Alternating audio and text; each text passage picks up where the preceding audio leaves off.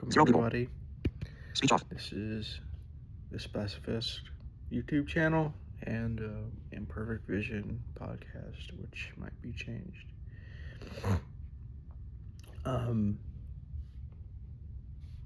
So this is about knowledge and the obsession people have of being right, and how it creates this like arrogance in us. And this is something that I want to go into, because I know what it looks like, I know what it feels like to be in this place. And I had to stop and I had to think about it, and I go, what is happening here? This is not working. Why is this happening? Later on it was like, why is this happening, right?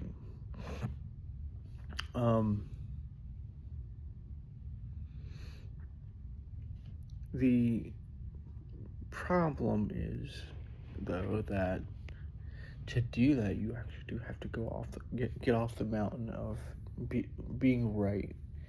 It's being truthful is actually very different from being right.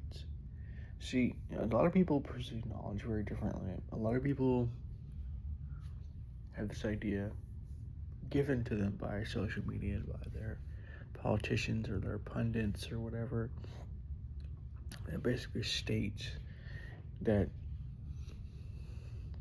to be correct is to be right. But that's not how knowledge works. Sometimes to be incorrect and to fail at not learning something, or to fail at getting a result that you think you're going to get, is actually where you learn more. So that's just how science works. But we have lost touch with this because of the need to be right, the need to be correct, which creates the illusion that we are correct over time. And so why does this happen? Well, a lot of people spend their time venting on social media, on Twitter or X or whatever the fuck you call it these days. On YouTube, they're always venting about something that one party does, or one group of people does, or one reporter does, or whatever the case is. And right or wrong, correct or incorrect, there might be some truth in what they're venting. But the problem isn't that it's true or false. And in fact, because it's true, it gives them this trap that because it's true, it needs to be vented in this way. Or like, because it's true, like, you have the right to vent in this way. Or something along those lines. It's very implicit. It's not something that's like out there kind of thing, but if you look for it in yourself, you can find it. And so that's level one. This is where we get into the nature of arrogance and how to actually be a good seeker of knowledge. You have to actually be used to being wrong and to understand why you are wrong. Not only to get used to being wrong, but to figure out why your particular piece of knowledge was wrong. Which we have forgotten because social media gives us these big egos. Like, oh, this person said this must be true. And I mean, I don't think most people vet what the people are saying because it just sounds convincing.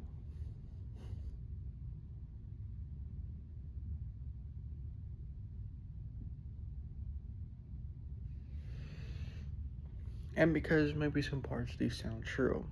right?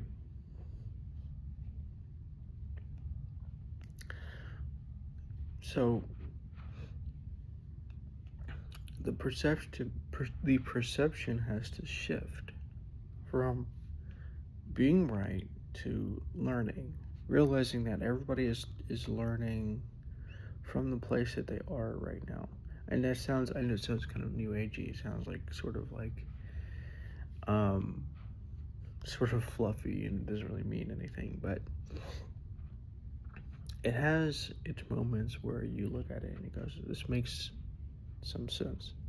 And the reason for this change, this shift, is because we're focusing on it in different ways here. And so now, once you change from that the perspective of this person is wrong or dumb or whatever to this person is just learning based on the place that he is right now in knowledge. It's in this place in this kind of situation. Knowledge is kind of like a spectrum. Knowledge is a spectrum, and each person is somewhere on the spectrum, not higher or lower, but just in different places. And different perspectives also create different perceptions of knowledge. And so, from this place, we can actually seek to be more Socratic with our understanding of what's happening and to ask Socratic questions. Like, well, how did you get to that position? How did you think this? Well, how did you figure out this was true? Like, what in your life made this possible, right? Things like this. You're no longer coming from a place of demonization. You're coming from a place of how did this happen? What made this happen? You know, this kind of thing. Um,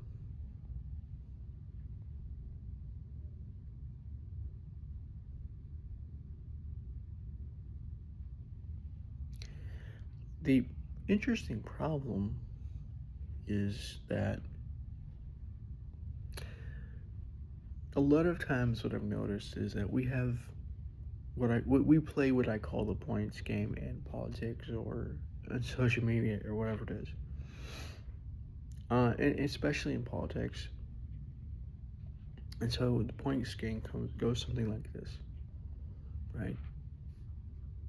Let's say I won 10,000 points in this imagined scenario. Well, I'm going to say I won 100,000 points. But if I lost a couple thousand points, I'm going to say I won 10,000 points or whatever it is. The point is to never admit that you've lost points. You've lost ground in truth or whatever it is. And to double and triple and quadruple down on your original perspective and not change that perspective, because that would be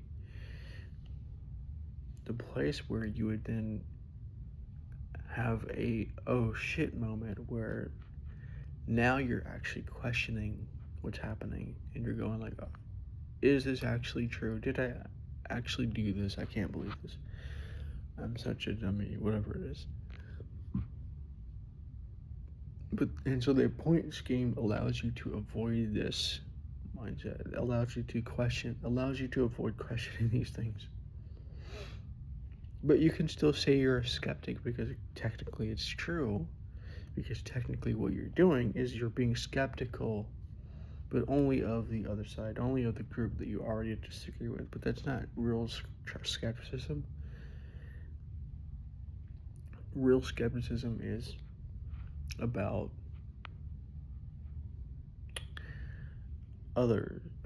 is about yourself. Becoming skeptical of your own point of view, but not like in a cynical or like super doubtful way, but just in a like, well, he's approaching it from this learning perspective. I'm approaching from this learning perspective. I mean, maybe there's a lot of things that's true about my learning perspective, but what's false? What can be falsified what can be proven falsifiable in this case.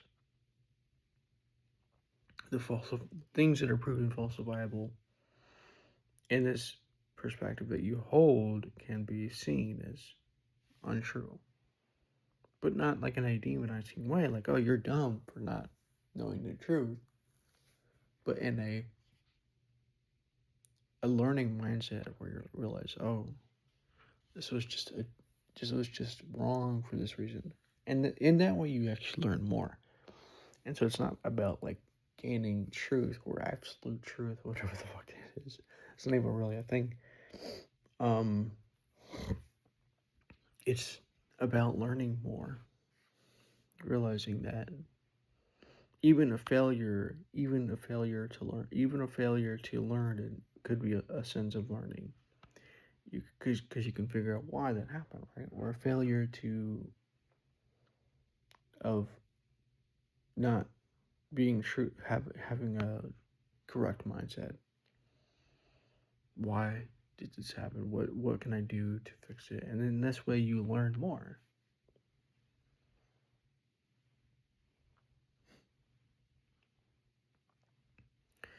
Whereas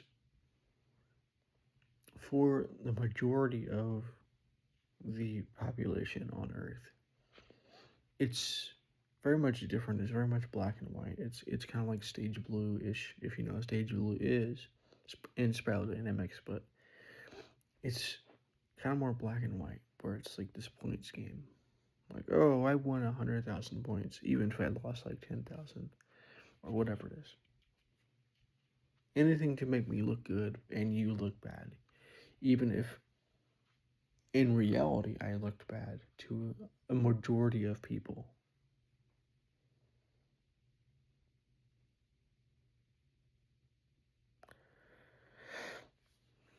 And this really works because we have become very disconnected from reality in the last, like, I would say, I mean, as long as the internet's been around, but really for the last 5 years.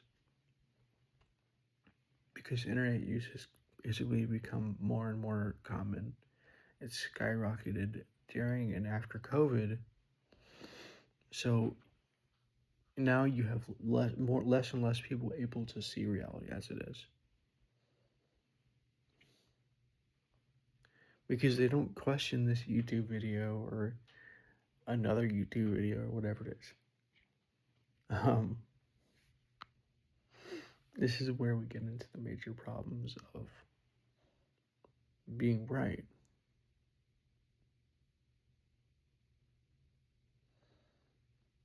Because a lot of people have this mindset that like being incorrect on a certain subject means that you're just wrong. They they defend against it. They defend against it. How dare you say I'm wrong? I'm not wrong, and this way I'm right, and this way I'm right. And they might even try to defend the incorrect statement for somehow. And they might even tell you that it's correct. Because that's the points game. That's the way this works.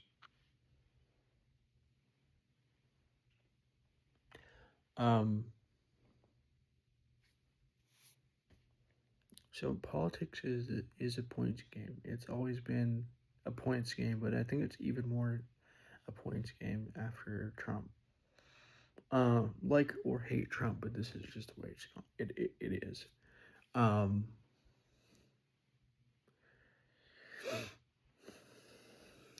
and of course, the other side saw that Trump was doing this and going, now I need to do this. And so they did it.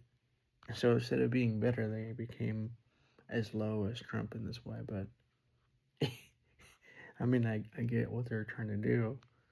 They didn't want to lose face, but they lost face anyways.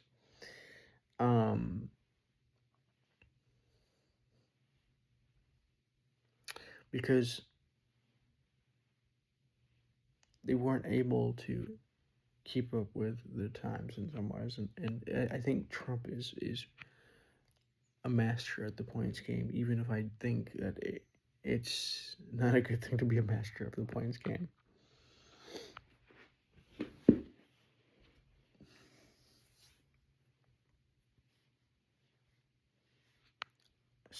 So I'm not criticizing Trump or anybody here. I'm just pointing out a pattern.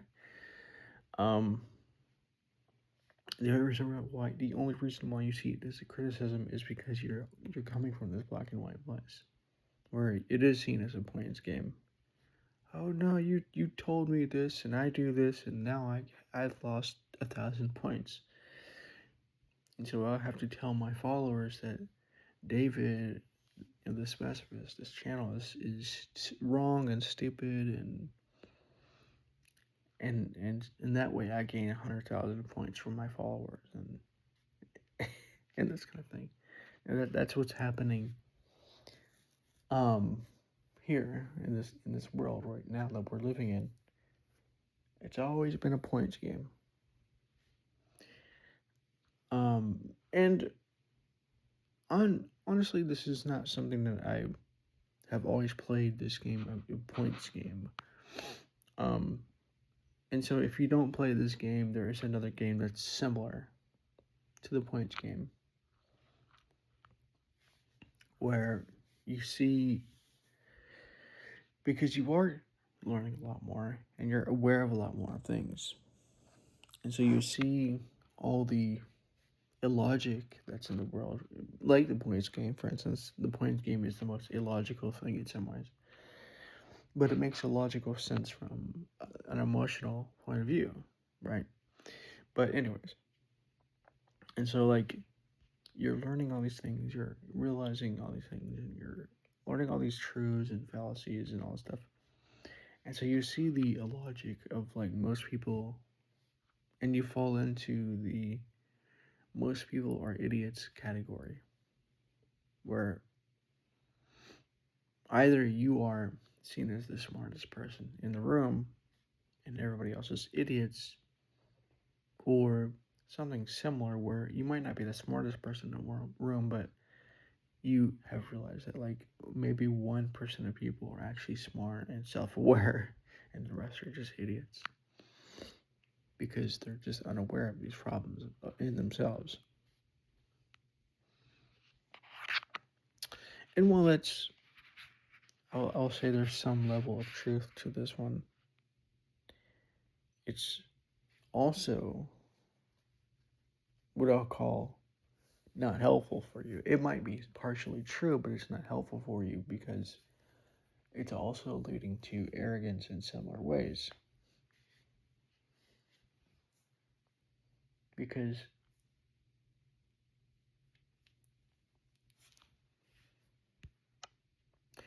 you're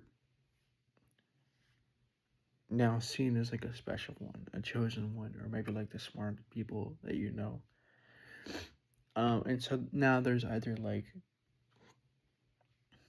this small handful of aware people or good people, and a large people of dumb people, or in a spiritual context, it could be a small amount of awake people, enlightened people, aware people, and a large amount of egoic people. Whatever the case is, now there's a binary. Now there's you, and then there's the world. Or there's you and a group of people like you, and then there's the world. Which is like an in group, out group bias where now you are unable to possibly see where some of those people outside of your in group, outside of your knowledge group, you could call it, um, will be distrusted because they're dumb, right? In this case, I'm not saying they're dumb, but like you probably tell them like you're dumb, this is dumb, this kind of thing. Um, and so the arrogance, this is like a problem of arrogance.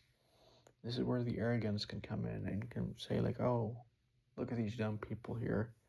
They're unwilling to see what's happening here. They're unwilling to go beyond this. Like, what's happening here? Like, what is actually going on here? This is stupid. And this is also where the idea of learning comes into play.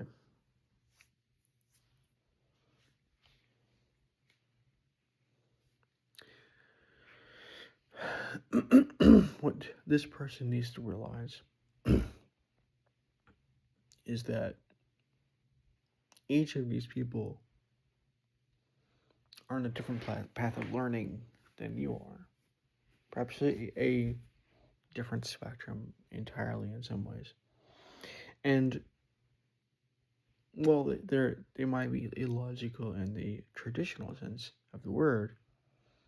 Emotions and ego has a logic of its own, even if it isn't technically logical or rational in any strict sense. And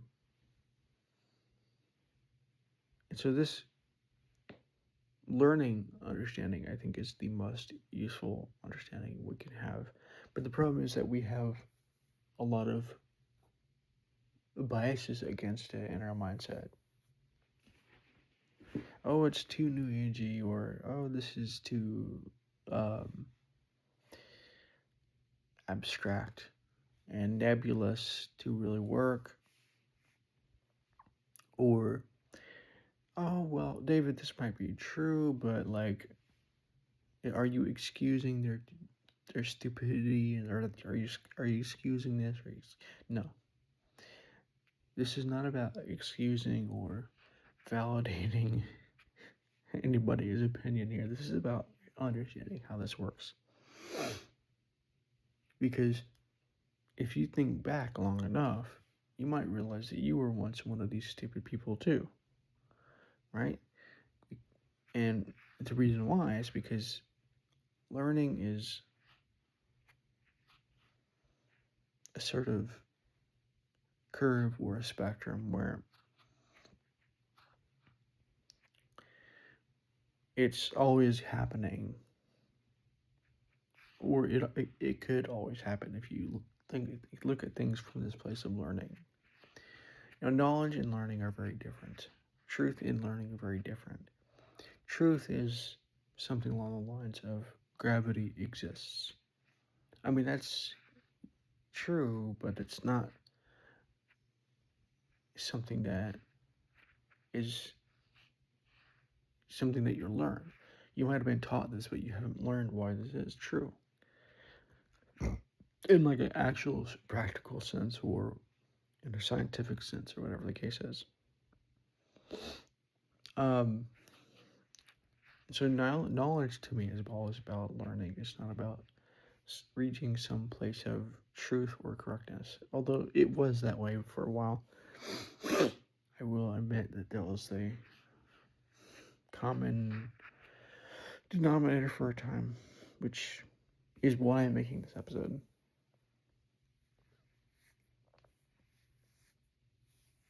Truth is the outcome. Well, truth could be said to be beyond the outcome, but in this case, truth is the outcome that happens based on learning.